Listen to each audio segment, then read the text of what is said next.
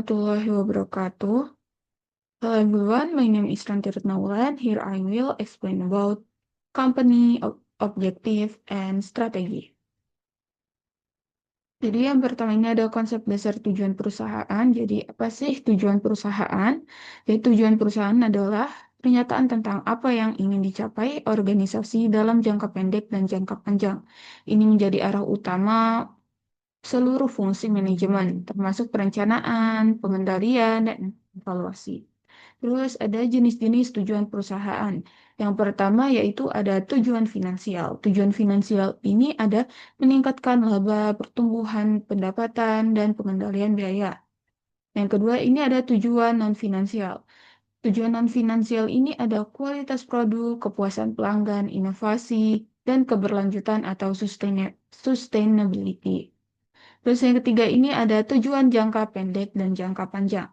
Jangka pendek itu 1 tahun, kayak efisiensi, target penjualan.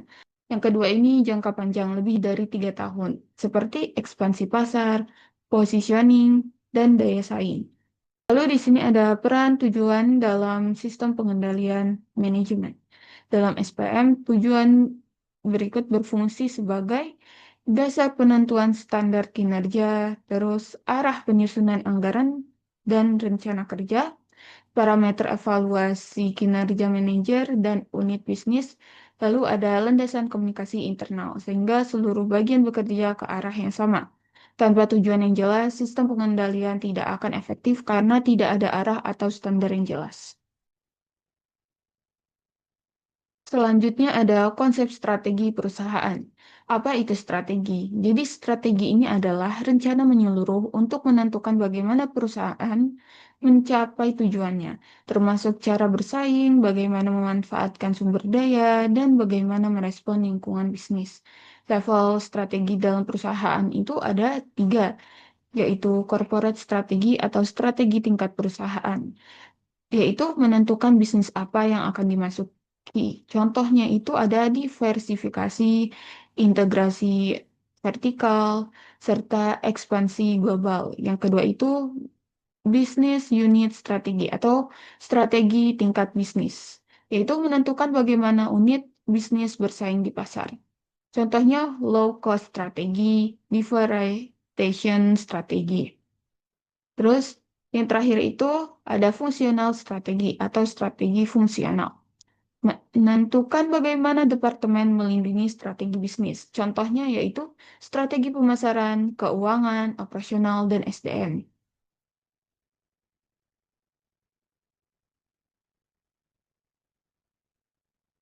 Hubungan, tujuan, dan strategi dalam SPM. SPM memastikan bahwa strategi selaras dengan tujuan.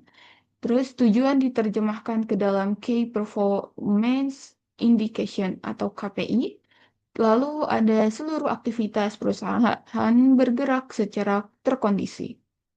Contoh hubungannya yaitu tujuan meningkatkan pangsa pasar 10%, strategi itu ada inovasi produk plus penetrasi pasar. Terus SPM menyusun target membandingkan realisasi dengan target memberikan intensif berdasarkan pencapaian. Dengan demikian SPM menjadi jembatan antara tujuan dan strategi. Terus di sini ada contoh praktis tujuan strategi dalam perusahaan. Contoh yang pertama yaitu perusahaan makanan minuman.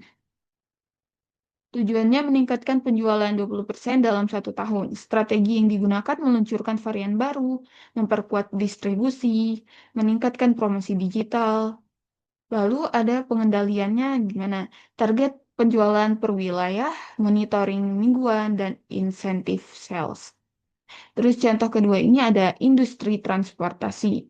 Tujuannya untuk menurunkan biaya operasional sebesar 15% dan strategi yang digunakan optimasi rute, peremajaan unit kendaraan, dan otomatisasi tiket. Terus pengendaliannya yaitu laporan biaya per rute dan dashboard efisiensi.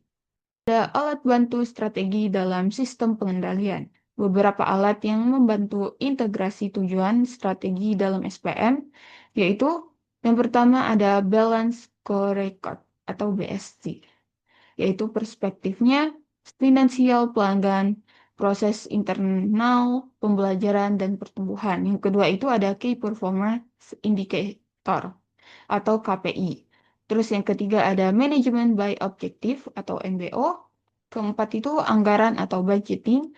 Yang kelima ada Risk Management. Alat-alat ini memastikan kinerja dapat dipantau, dievaluasi, dan diarahkan. Ada perumusan tujuan perusahaan secara sistematis. Agar selaras dengan sistem pengendalian manajemen, tujuan perusahaan harus dirumuskan secara sistematis melalui beberapa tahapan. Yang pertama, identifikasi visi dan misi. Misalnya, visinya itu gambaran masa depan yang ingin dicapai perusahaan. Terus tuh, misinya apa yang dilakukan perusahaan untuk mencapai visi tersebut. Visi dan misi adalah fondasi awal penetapan tujuan jangka panjang. Terus yang kedua, analisis lingkungan internal dan eksternal, analisis SWOT, terus analisis industri dengan Porter 5 Force, dan evaluasi kompetensi inti perusahaan. Hasil analisis ini memastikan tujuan realistis dan berorientasi pada peluang pasar. Terus, ini ada penentuan prioritas tujuan. Tidak semua tujuan dapat dicapai sekaligus. Perusahaan harus memilih tujuan yang paling seperti berdampak sesuai kemampuan perusahaan dan konsisten dengan strategi jangka panjang. Karakteristik tujuan perusahaan yang efektif. Tujuan yang baik harus memiliki karakteristik smart, fleksibel, konsisten antar unit bisnis, dapat dikomunikasikan secara jelas kepada seluruh level organisasi, dan yang terakhir dapat dievaluasi melalui indikator yang objektif. Lalu di sini ada proses formulasi strategi.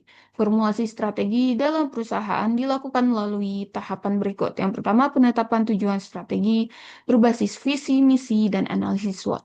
Yang kedua, pemilihan alternatif strategi. Contohnya strategi diferensiasi, strategi harga murah, strategi fokus, strategi inovasi, strategi ekspansi internasional. Terus yang ketiga ini evaluasi alternatif strategi. Dilihat dari resiko, biaya, dampak jangka panjang, dan ketersediaan sumber daya. Terus yang keempat ini ada keputusan strategi terbaik. Strategi dipilih berdasarkan kesesuaian internal dan eksternal. Implementasi strategi dalam SPM. Implementasi strategi adalah tahap paling kritis dalam SPM. Implementasi dilakukan melalui penyusunan struktur organisasi, struktur yang harus mendukung strategi. Contohnya strategi inovasi, yaitu struktur fleksibel.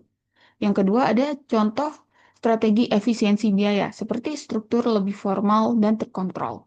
Terus yang kedua ada penjabaran strategi menjadi program dan aktivitas. Strategi dijabarkan ke rencana kerja, budget tahunan, dan KPI tiap departemen. Lalu yang ketiga ini pengendalian operasional dan manajemen risiko. SPM memantau pelaksanaan strategi melalui laporan keuangan, dashboard kinerja, evaluasi triwulan, dan risk monitoring.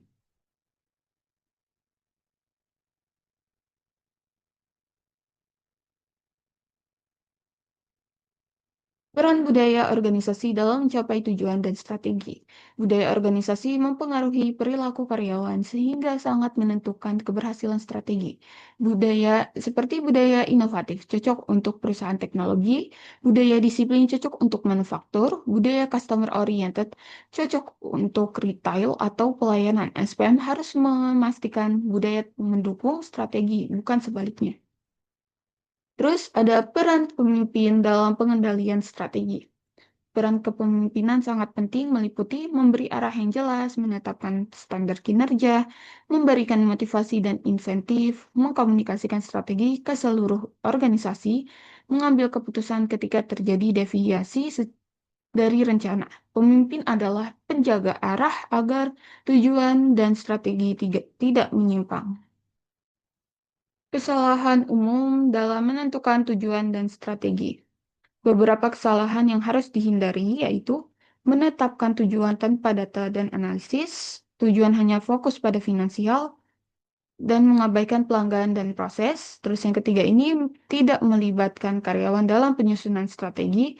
Keempat, strategi tidak disertai indikator pengukuran. Dan yang terakhir, tidak mereview strategi secara berkala.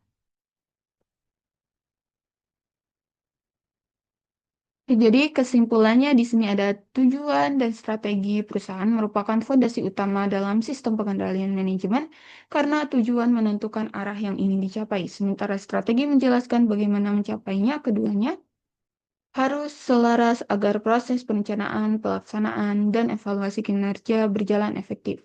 Melalui analisis lingkungan, perumusan tujuan, dan SMART, pemilihan strategi yang tepat, serta pengendalian yang terukur, perusahaan dapat memastikan seluruh aktivitas organisasi bergerak secara terarah, efisien, dan mampu beradaptasi terhadap perubahan lingkungan bisnis sehingga tujuan jangka pendek maupun jangka panjang dapat dicapai secara konsisten. Oke, itu saja yang dapat saya sampaikan. Terima kasih. Thank you. Wassalamualaikum warahmatullahi wabarakatuh.